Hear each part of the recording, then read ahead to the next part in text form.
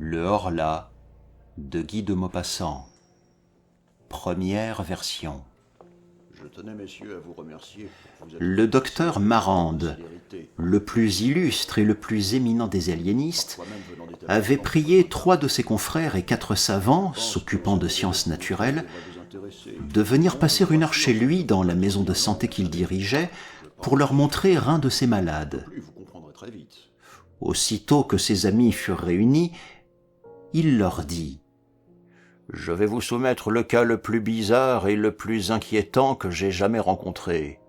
D'ailleurs, je n'ai rien à vous dire de mon client, il parlera lui-même. » Le docteur alors sonna. « Entrez !» Un domestique fit entrer un homme. Il était fort maigre, d'une maigreur de cadavre, comme sont maigres certains fous que ronge une pensée, car la pensée malade dévore la chair du corps plus que la fièvre ou la phtisie. Je vous en prie. Ayant salué et s'étant assis, il dit: « Messieurs, je sais pourquoi on vous a réunis ici, et je suis prêt à vous raconter mon histoire, comme m'en a prié mon ami le docteur Marande. Pendant longtemps, il m'a cru fou.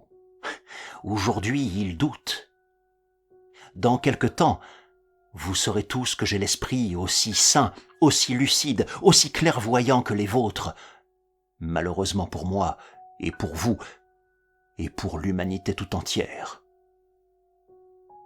Mais je veux commencer par les faits eux-mêmes, par les faits tout simples. Les voici. J'ai 42 ans. Je ne suis pas marié, ma fortune est suffisante pour vivre avec un certain luxe. Donc j'habitais une propriété sur les bords de la Seine, à Biessart, auprès de Rouen. J'aime la chasse et la pêche.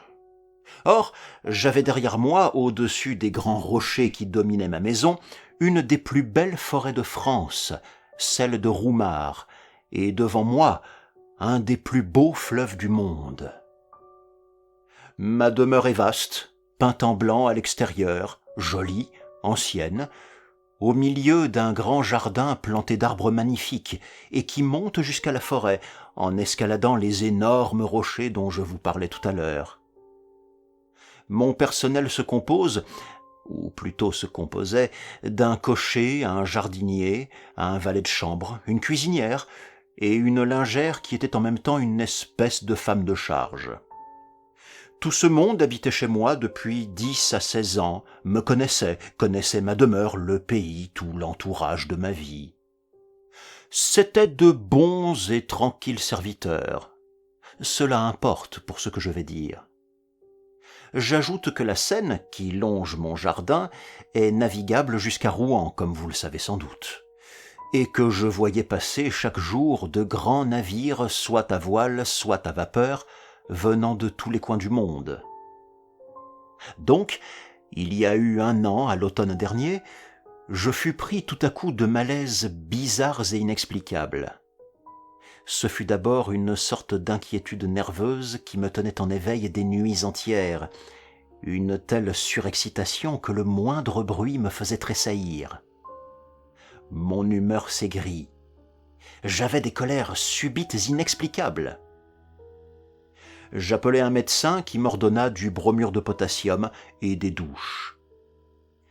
Je me fis donc doucher matin et soir et je me mis à boire du bromure. Bientôt, en effet, je recommençai à dormir, mais d'un sommeil plus affreux que l'insomnie. À peine couché, je fermais les yeux et je m'anéantissais.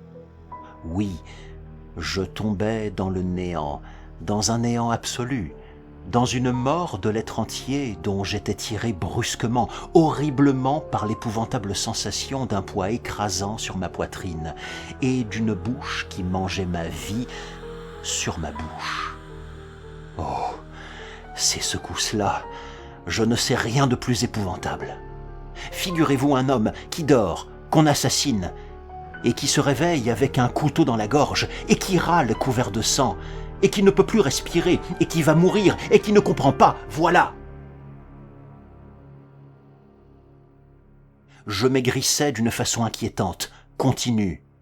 et je m'aperçus soudain que mon cocher, qui était fort gros, commençait à maigrir comme moi. Je lui demandai enfin « Qu'avez-vous donc, Jean? Vous êtes malade ?» Il répondit « Je crois bien que j'ai gagné la même maladie que monsieur. C'est mes nuits qui perdent mes jours. »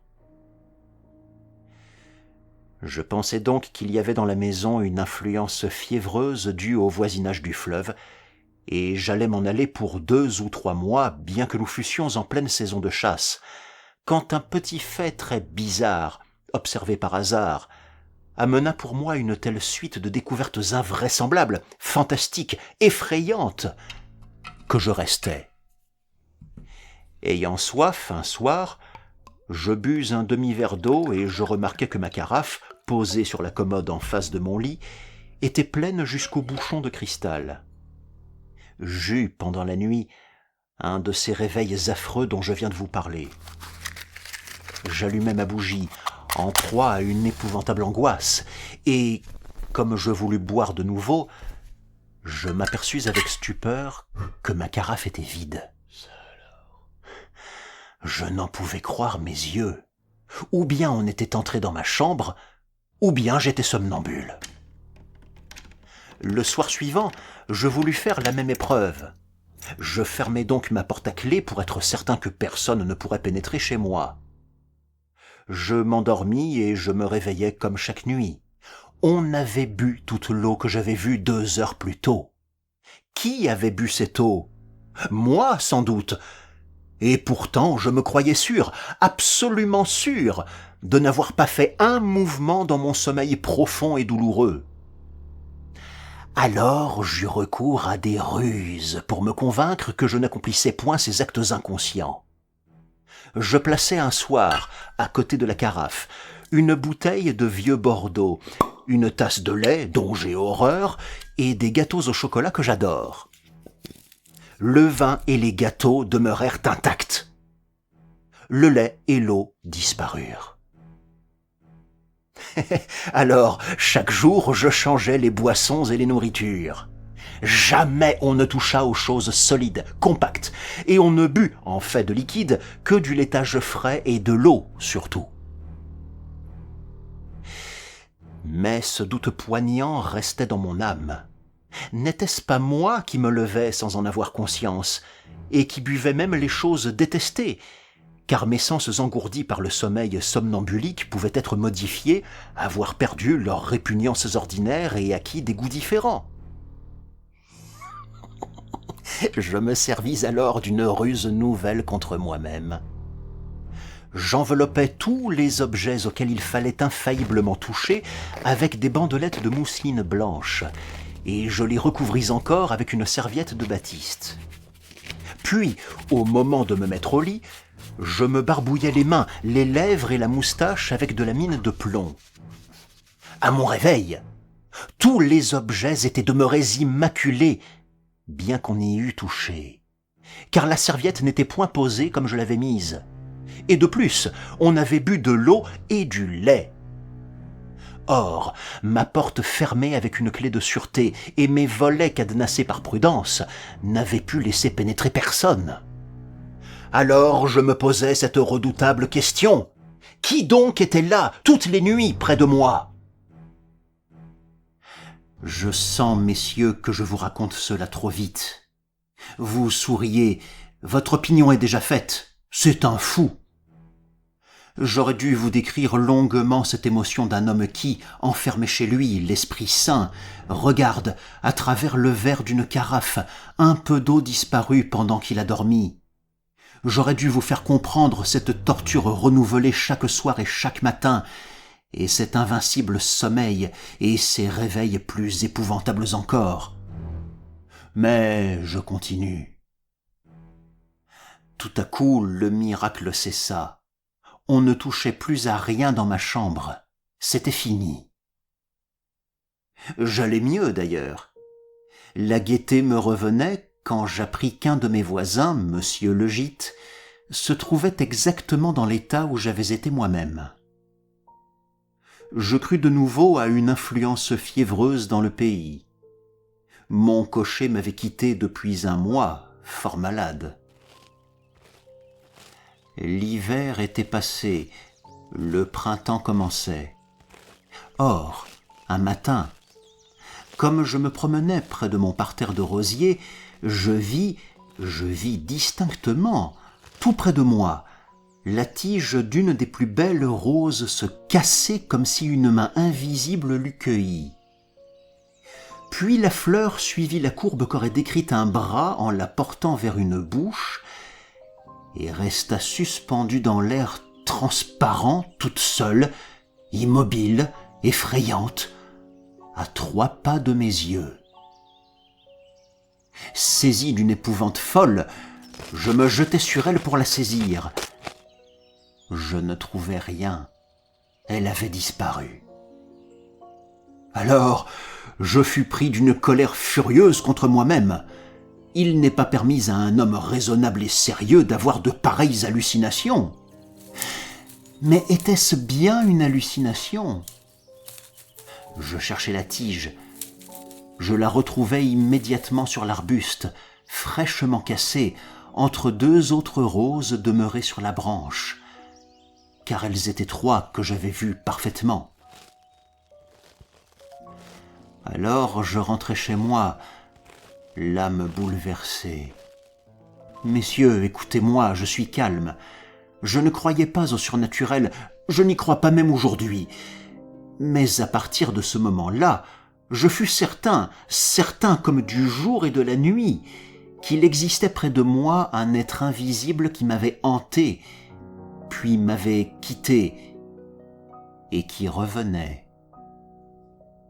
Un peu plus tard, j'en eus la preuve. Entre mes domestiques d'abord, éclataient tous les jours des querelles furieuses pour 1000 causes futiles en apparence, mais pleines de sens pour moi désormais. Un beau verre de Venise se brisa tout seul, sur le dressoir de ma salle à manger, en plein jour.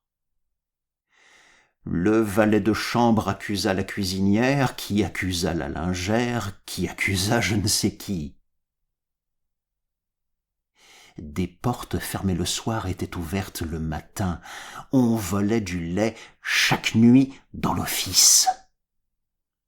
Ah! Quel était-il? De quelle nature? Une curiosité énervée, mêlée de colère et d'épouvante, me tenait jour et nuit dans un état d'extrême agitation. Mais la maison redevint calme encore une fois, et je croyais de nouveau à des rêves quand se passa la chose suivante. C'était le 20 juillet, à 9h du soir. Il faisait fort chaud, j'avais laissé ma fenêtre toute grande, ma lampe allumée sur ma table, éclairant un volume de Musset ouvert à la nuit de mai, et je m'étais étendu dans un grand fauteuil où je m'endormis. Or, ayant dormi environ 40 minutes, je rouvris les yeux sans faire un mouvement, réveillé par je ne sais quelle émotion confuse et bizarre. Je ne vis rien d'abord, puis tout à coup il me sembla qu'une page du livre venait de tourner toute seule. Aucun souffle d'air n'était entré par la fenêtre. Je fus surpris, et j'attendis. Au bout de 4 minutes environ, je vis, messieurs, de mes yeux, une autre page se soulever et se rabattre sur la précédente comme si un doigt l'eût feuilleté. Mon fauteuil semblait vide, mais je compris qu'il était là, lui. Je traversai ma chambre d'un bond pour le prendre, pour le toucher, pour le saisir si cela se pouvait. Mais mon siège, avant que je l'eusse atteint, se renversa comme si on eût fui devant moi. Ma lampe aussi tomba et s'éteignit, le verre brisé. Et ma fenêtre brusquement poussée comme si un malfaiteur l'eût saisie en se sauvant à la frapper sur son arrêt. Ah! Je me jetai sur la sonnette et j'appelais. Quand mon valet de chambre parut, je lui dis « J'ai tout renversé et tout brisé. Donnez-moi de la lumière. » Je ne dormis plus cette nuit-là. Et cependant, j'avais pu encore être le jouet d'une illusion. Au réveil, les sens demeurent troubles. N'est-ce pas moi qui avais jeté bas mon fauteuil et ma lumière en me précipitant comme un fou? Non, ce n'était pas moi. Je le savais à n'en point douter une seconde, et cependant je le voulais croire. Attendez, l'être, comment le nommerais-je? L'invisible? Non, cela ne suffit pas. Je l'ai baptisé le hors-là. Pourquoi? Je ne sais point. Donc le hors-là ne me quittait plus guère. J'avais jour et nuit la sensation, la certitude de la présence de cet insaisissable voisin, et la certitude aussi qu'il prenait ma vie, heure par heure, minute par minute. L'impossibilité de le voir m'exaspérait, et j'allumais toutes les lumières de mon appartement, comme si j'eusse pu, dans cette clarté, le découvrir. Je le vis. Enfin. Vous ne me croyez pas. Je l'ai vu cependant. J'étais assis devant un livre quelconque, ne lisant pas, mais guettant, avec tous mes organes surexcités, guettant celui que je sentais près de moi. Certes, il était là, mais où? Que faisait-il? Comment l'atteindre? En face de moi, mon lit, un vieux lit de chêne à colonnes. À droite, ma cheminée. À gauche, ma porte que j'avais fermée avec soin. Derrière moi, une très grande armoire à glace qui me servait chaque jour pour me raser, pour m'habiller, où j'avais coutume de me regarder de la tête aux pieds chaque fois que je passais devant. Donc je faisais semblant de lire, pour le tromper, car il m'épiait lui aussi. Et soudain je sentis, je fus certain qu'il lisait par-dessus mon épaule, qu'il était là, frôlant mon oreille. Je me dressai, en me tournant si vite que je faillis tomber. Eh bien, on y voyait comme en plein jour, et je ne me vis pas dans ma glace. Elle était vide, claire, pleine de lumière. Mon image n'était pas dedans, et j'étais en face. Je voyais le grand verre limpide du haut en bas, et je regardais cela avec des yeux affolés, et je n'osais plus avancer, sentant bien qu'il se trouvait entre nous, lui, et qu'il m'échapperait encore, mais que son corps imperceptible avait absorbé mon reflet. Comme j'eus peur. Puis voilà que tout à coup, je commençai à m'apercevoir dans une brume, au fond du miroir, dans une brume comme à travers une nappe d'eau. Et il me semblait que cette eau glissait de gauche à droite, lentement, rendant plus précise mon image de seconde en seconde. C'était comme la fin d'une éclipse. Ce qui me cachait ne paraissait point posséder de contours nettement arrêtés, mais une sorte de transparence opaque s'éclaircissant peu à peu. Je pus enfin me distinguer complètement ainsi que je fais chaque jour en me regardant. Je l'avais vu. L'épouvante m'en est restée, qui me fait encore frissonner. Le lendemain, j'étais ici, où je priais qu'on me gardât. Maintenant, messieurs, je conclus. Le docteur Marande, après avoir longtemps douté, se décida à faire seul un voyage dans mon pays. 3 de mes voisins, à présent, sont atteints comme je l'étais. Est-ce vrai? Le médecin répondit, c'est vrai. Vous leur avez conseillé de laisser de l'eau et du lait chaque nuit dans leur chambre pour voir si ces liquides disparaîtraient. Ils l'ont fait. Ces liquides ont-ils disparu comme chez moi ? Le médecin répondit avec une gravité solennelle. Ils ont disparu. Donc, messieurs, un être nouveau, qui sans doute se multipliera bientôt comme nous nous sommes multipliés, vient d'apparaître sur la terre. Vous souriez. Pourquoi ? Parce que cet être demeure invisible. Mais notre œil, messieurs, est un organe tellement élémentaire qu'il peut distinguer à peine ce qui est indispensable à notre existence. Ce qui est trop petit lui échappe, ce qui est trop grand lui échappe, ce qui est trop loin lui échappe. Il ignore les milliards de petites bêtes qui vivent dans une goutte d'eau. Il ignore les habitants, les plantes et le sol des étoiles voisines. Il ne voit même pas le transparent. Placé devant lui une glace sans teint parfaite, il ne la distinguera pas et nous jettera dessus comme l'oiseau pris dans une maison qui se casse la tête aux vitres. Donc il ne voit pas l'écorce solide et transparent qui existe pourtant, il ne voit pas l'air dont nous nous nourrissons, ne voit pas le vent qui est la plus grande force de la nature, qui renverse les hommes, abat les édifices, déracine les arbres, soulève la mer en montagnes d'eau qui font crouler les falaises de granit.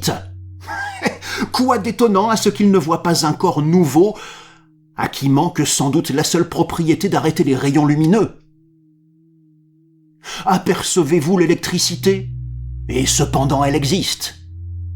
Cet être que j'ai nommé le Horla existe aussi. Qui est-ce ? Messieurs, c'est celui que la terre attend, après l'homme.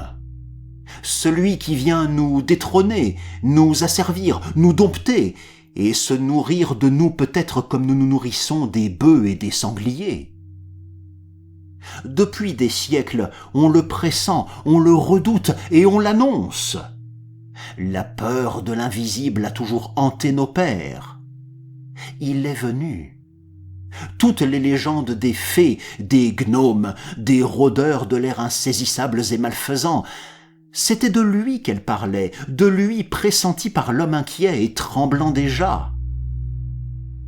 Et tout ce que vous faites vous-même, messieurs, depuis quelques ans, ce que vous appelez l'hypnotisme, la suggestion, le magnétisme, c'est lui que vous annoncez, que vous prophétisez. Je vous dis qu'il est venu. Il rôde inquiet lui-même comme les premiers hommes, ignorant encore sa force et sa puissance qu'il connaîtra bientôt, trop tôt. Et voici, messieurs, pour finir, un fragment de journal qui m'est tombé sous la main et qui vient de Rio de Janeiro. Je lis. Une sorte d'épidémie de folie semble sévir depuis quelque temps dans la province de San Paolo. Les habitants de plusieurs villages se sont sauvés, abandonnant leurs terres et leurs maisons et se prétendant poursuivis et mangés par des vampires invisibles qui se nourrissent de leur souffle pendant leur sommeil et qui ne boiraient, en outre, que de l'eau et quelquefois du lait. J'ajoute, quelques jours avant la première atteinte du mal dont j'ai failli mourir, je me rappelle parfaitement avoir vu passer un grand trois-mâts brésilien avec son pavillon déployé. Je vous ai dit que ma maison est au bord de l'eau, toute blanche. Il était caché sur ce bateau, sans doute.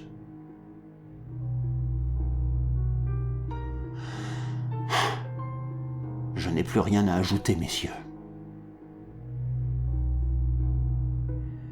Le docteur Marande se leva et murmura « Moi non plus. Je ne sais si cet homme est fou, ou si nous le sommes tous les deux, ou si notre successeur est réellement arrivé. »